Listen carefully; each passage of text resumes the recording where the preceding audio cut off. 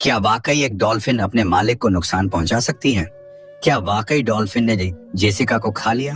वो डॉल्फिन जिसे बचपन से प्यार दिया गया, जिसके साथ खेल खेला गया, तरबियत दी गई, शो करवाए गए और जो इंसानों से मोहब्बत की मिसाल समझी जाती थी। अगर एक दिन वही डॉल्फिन अपने ही मालिक को जख्मी कर दे, तो क्या यह मोहब्बत खत्म हो गई या उसके पीछे कोई और कहानी छिपी है? दोस्तों, पूरी हकीकत जानने के लिए वीडियो आखिर तक जरूर देखें और अगर आपको ऐसी सच्ची और सबक आमोज कहानियां पसंद हैं तो चैनल को सब्सक्राइब जरूर करें। यह कहानी है जेसिका की, एक खूबसूरत और ज़हीन डॉल्फिन की, जिसने अपनी जिंदगी के पहले साल आजाद समंदर की गहराइयों में गुजारे। वो नीली लहरों में खेलती, अपनी माँ के साथ लंबे सफर करती और हर दिन एक नए महमजोई की तरह होता। जेसिका बचपन से ही शरारती और तजस्सुस भरी थी।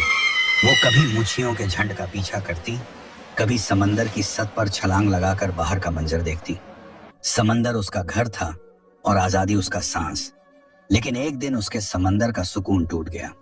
सुबह के वक्त जब धूप की पहली किरण पानी पर पड़ी, कुछ बड़ी कश्तियों ने समंदर का रख किया। उन कश्तियों पर ऐसे जाल थे जो आम माही गेरों के जाल से कहीं मजबूत और बड़े थे।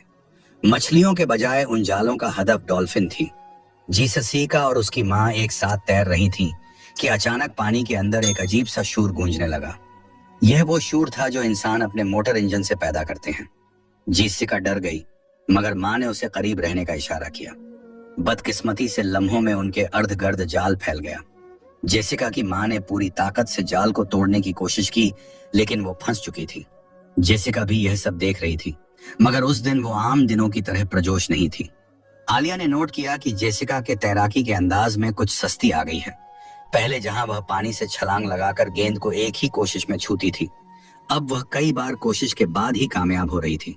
आलिया ने समझा शायद यह महज थिकन है, मगर दिल के किसी कोने में एक हल्की सी फिक्र बैठ गई। शो से 3 दिन पहले एक अजीब वाकया हुआ। आलिया तालाब के किनारे खड़ी जेसिका को इशारा दे रही थी कि वो रंग के दायरे से गुजरे। जेसिका ने दायरे को छुआ भी नहीं, बल्कि सीधा एक कोने में जाकर खड़ी हो गई। उसने पहली बार आलिया की तरफ एक ऐसी नजर डाली जो आलिया ने पहले कभी नहीं देखी थी। न वो खेलने वाली चमक थी, न वो मुस्कुराहट। वो नजरें जैसे कह रही थी, मैं खुश नहीं हूं। आलिया इस लम्हे खामोश रही, मगर उसने जेसिका को आराम देने का फैसला किया। बाकी दिन के लिए ट्रेनिंग रोक दी गई, मगर दूसरे दिन जेसिका ने एक और नया आरोग्य दिखाया। जब आलिया ने उसे पानी में हाथ से सहलाया तो वह अचानक पीछे हट गई। ऐसा पहले कभी नहीं हुआ था। शो से एक दिन पहले जेसिका ने एक और गैर मामूली हरकत की। जब एक और ट्रेनर उसके तालाब के पास आया तो जेसिका ने पानी जोर से छींटा और ऊंची आवाज में आवाज निकाली। यह आवाज खुशी की नहीं थी, बल्कि एक तरह का इंतबाह थी। आलिया ने यह सब देखकर सोचा कि शायद बड़े शो का शो और इजाफी लोग और लाइट्स जेसिका को परेशान कर रही हैं। लेकिन शो का दिन मंसूख नहीं हो सकता था। टिकट फरोख्त हो चुके थे, मेहमान आ चुके थे और हर कोई जेसिका को एक्शन में देखने का मुंतजर था। शो के दिन सुबह आलिया ने जेसिका को ज्यादा देर तक देखा। वो पानी में तैर तो रही थी, मगर उसकी हरकत में बेचैनी थी।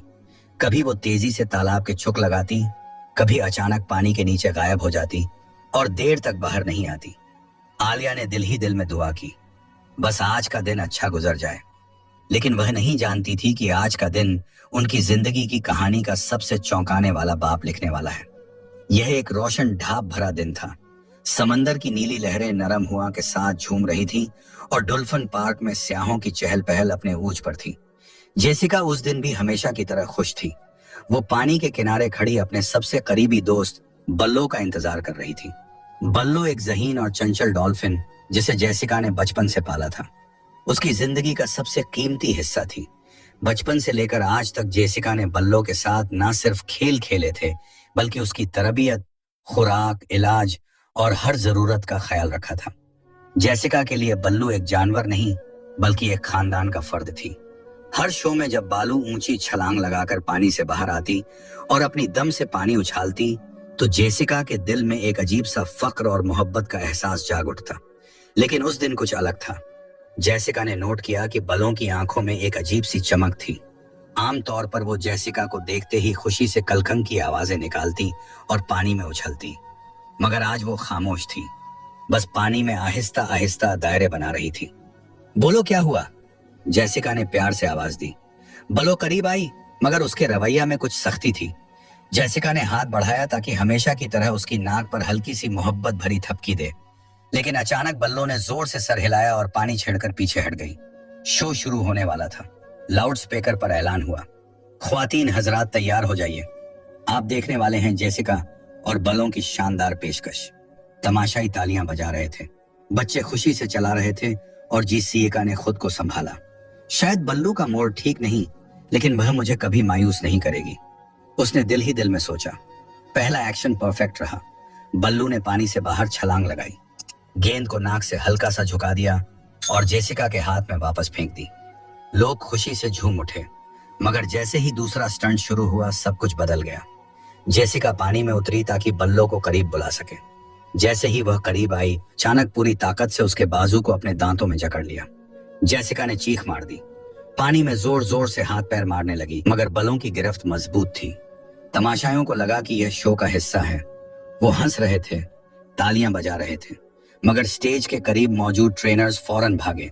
जेसिका का चेहरा खौफ से सफेद पड़ चुका था, उसकी सांसें फूल रही थीं और पानी में खून फैलने लगा था। ब्लो छोड़ दो, एक ट्रेनर चला आया, मगर ब्लो ने और जोर से झटका दिया। आखिरकार एक और ट्रेनर ने पानी में छलांग लगाई, एक धात की छुरी से बलो को हल्का सा धक्का दिया।